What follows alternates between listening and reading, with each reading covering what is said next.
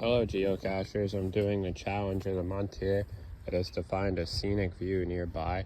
This is an old battle site of the Chippewa War back in 1812. You see the river over there, and there's some flagpoles here.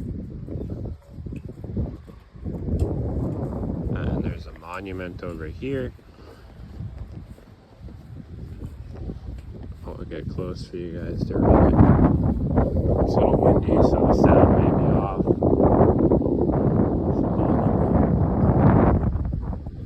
The geocache is over here under one of these tent posts.